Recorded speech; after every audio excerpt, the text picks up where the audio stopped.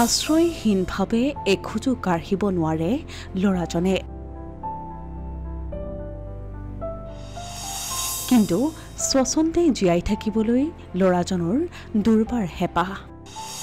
দুটাকৈ উদ্যোগেৰে স্বাৱলম্বী হোৱা ল'ৰাজন এতিয়া মানসিকভাৱে ভাগি পৰিছে।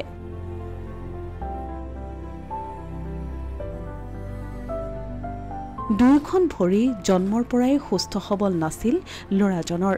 তথাপিও ল'ৰাজনে স্বচ্ছন্দে জীয়াই থাকিবলৈ নিচেই সৰুৰে পৰাই দেখিছিল সপোন। আশ্ৰয়হীনভাৱে এখোজো কাঢ়িব নোৱাৰা ল'ৰাজনে আন 10জন সাধাৰণ মানুহৰ দৰেই কৰিছিল কৰ্মময় জীৱন সংগ্ৰাম। বিশেষভাৱে সক্ষম এই ল'ৰাজনৰ নাম বিভূতিভূষণ বৰুৱা।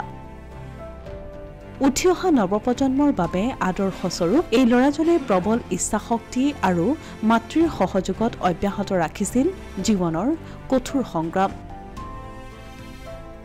নগাঁও জিলাৰ বৰহমপুৰ হাজৰিকাচুক নিবাসী গজেন্দ্ৰ বৰুৱা আৰু অনিমা হাজৰিকাৰ জ্যেষ্ঠ পুত্ৰ বিভূতিভূষণ। বিশেষভাৱে সক্ষম এই দৃঢ়মনা যুৱকজনে 2008 চনত হাইস্কুল শিক্ষান্ত পৰীক্ষাত অৱতীৰ্ণ হৈ শিক্ষাৰ্থীৰে উত্তীৰ্ণ হোৱাৰ পাছত 2010 চনত নগাঁও মহাবিদ্যালয়ৰ পৰা কলা শাখাত উচ্চতৰ মাধ্যমিক চূড়ান্ত পৰীক্ষাত উত্তীৰ্ণ হয় আৰু সমান্তৰালভাৱে গ্ৰহণ কৰিছিল তেওঁ কম্পিউটাৰ শিক্ষাও। হঠাৎ এদিন সামাজিক মাধ্যমত মমবাতি আৰু ধূপকাঠি নিৰ্মাণ সন্দৰ্ভত সবিশেষ তথ্যৰ সম্ভেদ পাই তেওঁ কুটিৰ শিল্পৰ উদ্যোগ এটি গঢ়ি তুলিবলৈ মন মেলিলে। আৰ্থিক সংকটৰ মাজতো পিতৃ মাতৃৰ সহযোগত ঘৰতেই এটি কম্পিউটাৰ চেণ্টাৰৰ লগতে শিক্ষা কেন্দ্ৰ আৰু সুগন্ধি উদ্যোগ নামেৰে দুটা উদ্যোগ গঢ়ি তুলিলে। উন্নতমানৰ ধূপ আৰু মম নিৰ্মাণত মনোনিৱেশ কৰি প্ৰথম অৱস্থাত যথেষ্ট পৰিমাণে লাভান্বিত হৈছিল যুৱকজন। স্থানীয় 2-এগৰাকী যুৱক যুৱতীকো কৰ্মসংস্থাপনৰ সুবিধা প্ৰদান কৰিছিল। হঠাতে এদিন বিভূতিভূষণৰ কুটিৰ শিল্পৰ উদ্যোগটি আৰু কম্পিউটাৰ চেণ্টাৰটো ভয়াৱহ কোভিড পৰিস্থিতিৰ সময়ছোৱাত বন্ধ হৈ পৰাত অভাৱনীয়ভাৱে নামি আহিল দুৰ্যোগ। বৰ্তমান বিশেষভাৱে সক্ষম এই যুৱকজনে আৰ্থিক সংকটত ভুগিব লগা হৈছে, যাৰ বাবে কেইবাটাও পৰিয়াললৈ নামি আহিছে সীমাহীন দুৰ্যোগ। এই ক্ষেত্ৰত যুৱকজনে স্থানীয় বিধায়কৰ প্ৰত্যক্ষ সহায় সহযোগিতা কামনা কৰিছে। নমস্কাৰ, মোৰ নাম বিভূতিভূষণ বৰুৱা। মোৰ ঘৰ বৰহমপুৰ হাজৰিকা চুকত। মই সৰুৰে পৰাই শাৰীৰিকভাৱে অক্ষম।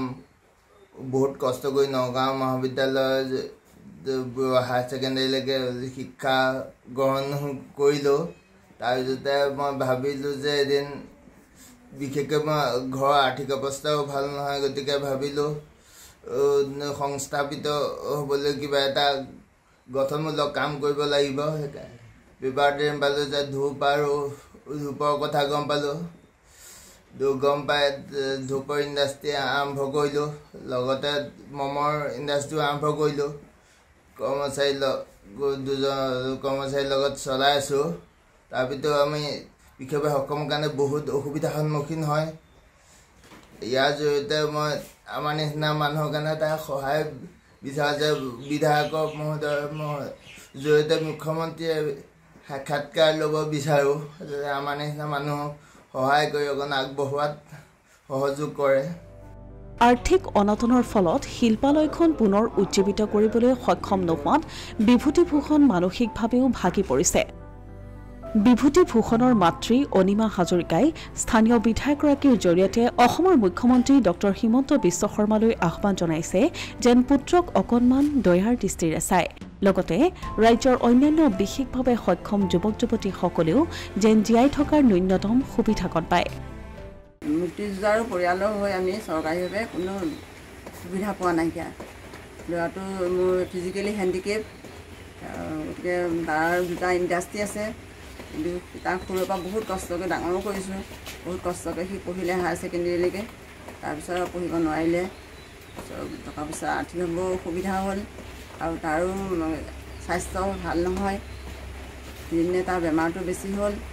তথাপি সি মনৰ সাহসত মানে কিবা এটা কৰিব লাগিব, এটা সংস্থাপনৰ কাৰণে চিন্তা কৰিলে সি। তাৰপিছত আমি পেপাৰত মানে ধূপৰ ব্যৱসায়ৰ কথা পালোঁ। সি সৰুৰে পৰা মানে ইণ্ডাষ্ট্ৰীৰ ওপৰত বহুত হেৰি কৰে। কিতাপ পত্ৰ পঢ়িলেও ইণ্ডাষ্ট্ৰিবিলাক মানে চাই ক'ত কি ইণ্ডাষ্ট্ৰি আছে, স্কুলৰ কিতাপৰ টেক্সট বুকতো পায়। প্ৰায় মোক ইটো সিটো কথা সুধি থাকে সৰুৰে পৰা। তাৰপিছতে ধূপৰ কাম আৰম্ভ কৰিলোঁ। ধূপৰ কামটো বহুত কষ্টৰে সি কৰিছে। বহুত অনলাইনত বহুত চাই তেনেকৈ বস্তুবিলাকৰ পৰাটো আনতে বহুত সংগ্ৰাম কৰিবলগীয়া হৈছে সি। তাৰমানে সৰুৰে পৰা এইটো সপোন আছিল তাৰ। মই মানে হেৰিখন নিজৰ মানে আত্মসংস্থাপন হ'বলৈ কৰ্মচাৰীখিনিক সংস্থাপন দিয়া তাৰ এটা ডাঙৰ সপোন আছে। সেই সপোনটোৱে তাক মানে খেদিয়ে ফুৰে অনবৰত, ক'তো শান্তিয়ে থাকিব নোৱাৰে সপোনৰ কাৰণে সি। আৰু মনটো বহুত পজিটিভ মাইণ্ড, সি মানে কেতিয়াও হাৰ মানিব নিবিচাৰে। সেইকাৰণে সি কষ্ট কৰি এতিয়াও মানে কৰি আছে। কেণ্ডেলৰ ফেক্টৰী খুলিলে। কেণ্ডেলৰ ফেক্টৰী গুজৰাটৰ পৰা আনিছোঁ মেচিন, সেয়া চব অনলাইনতে কৰিবলগীয়া হৈছে। সি যিহেতু ক'তো যাব নোৱাৰে, সি তেনেকৈ কষ্ট কৰি কামখিনি কৰি আছে।